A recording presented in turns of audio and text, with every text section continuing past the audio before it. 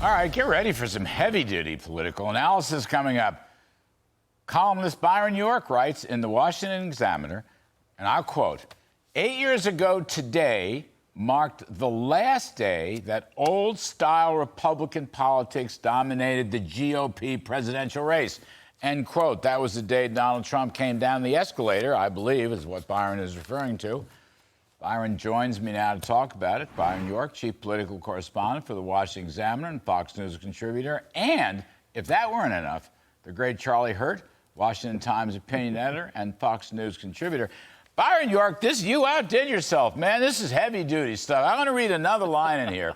Now, mind you, I'm one of the few people living who worked for both Reagan and Trump. Now, here's what I think the really key line. Now another race is underway with a renewed battle between Trump and old-style republicanism, representatives of what might be called the Reagan, Bush, Romney, Ryan era GOP. Holy cow.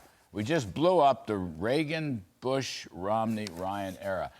All right, Byron, you got to defend yourself on this one. Well, actually, it was 8 years ago today, July 13th, 2015, that Jeb Bush had his last big lead over Donald Trump. By the way, Trump had actually gotten into the race earlier on June 16th of that year. Jeb Bush was up by 8 points. In the next 7 days, the ground would come out from under him. Trump shot up, was up by 3 points by the next week, 11-point swing in that 1 week, and then Trump's lead went up to 20 and beyond, and he never looked back. It was the last time a real Bush tradition Republican led in a Republican presidential primary. And changes, the changes were astonishing. The changes that Trump made in what was the old Bush-Ryan orthodoxy of the Republican Party. Ooh. Charlie Hurt, I don't know what to make of that. I'm sitting here. I might feel wounded. I'm not sure because I served at both ends, Reagan's first term and Trump's term. But I just want to ask one more question to Byron. Byron, I understand what you're coming. Trump is much more populist than the established people you mentioned. But Reagan cut taxes, so did Trump. Reagan was a deregulator, so did Trump. And Reagan believed in peace through strength, through military strength, and so did Trump. So there are similarities, and there are differences of opinion, Byron. So just give us one more line before I get Charlie to critique this. You're absolutely right. Larry, it's kind of like you were the delivery room doctor and the pallbearer. It was kind of interesting. But there were big parts of Republican orthodoxy, like immigration and trade and entitlements, that Trump just threw Republican orthodoxy out the window. Much more populist tariffs and trade, much more restrictionist on immigration. So Trump really did make enormous changes. You're absolutely right about peace through strength, and you're right about the tax cuts, because essentially Paul Ryan convinced Trump in his first year to go for tax cuts as opposed to building the wall, which was Trump's premier campaign promise. But Trump made enormous changes in the Republican orthodoxy. Charlie Hurt, what do you make of all this? What do you make of this new Byron York analysis? I actually agree with him wholeheartedly.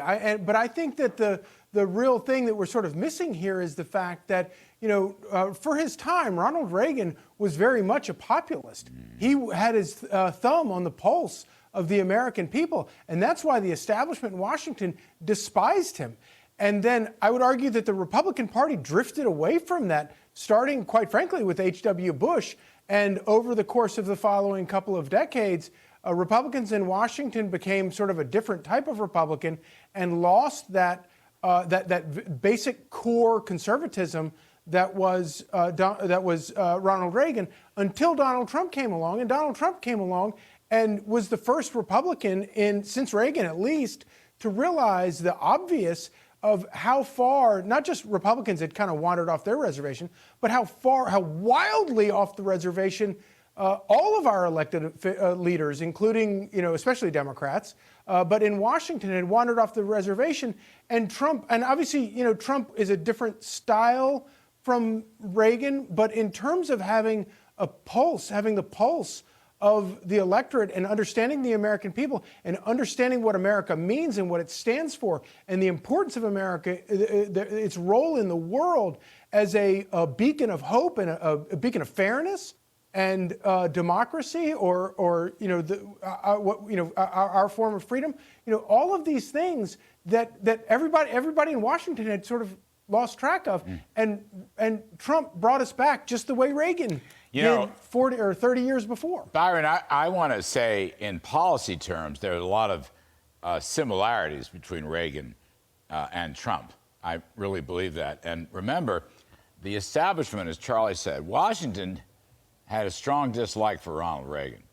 Wall Street had a strong dislike for Ronald Reagan. And Reagan was the guy who attracted the Reagan Democrats, which is part of the Trump coalition. And the Republican Party lost sight of that. Charlie's right. I think for a whole bunch of years. But I think there are a lot of similarities. Now, in between, you got a good point there, particularly with Papa Bush. Remember the Senate Republicans, Byron. The Senate Republicans disliked Reagan. I mean, I was there. They didn't want to pass the Reagan tax cuts.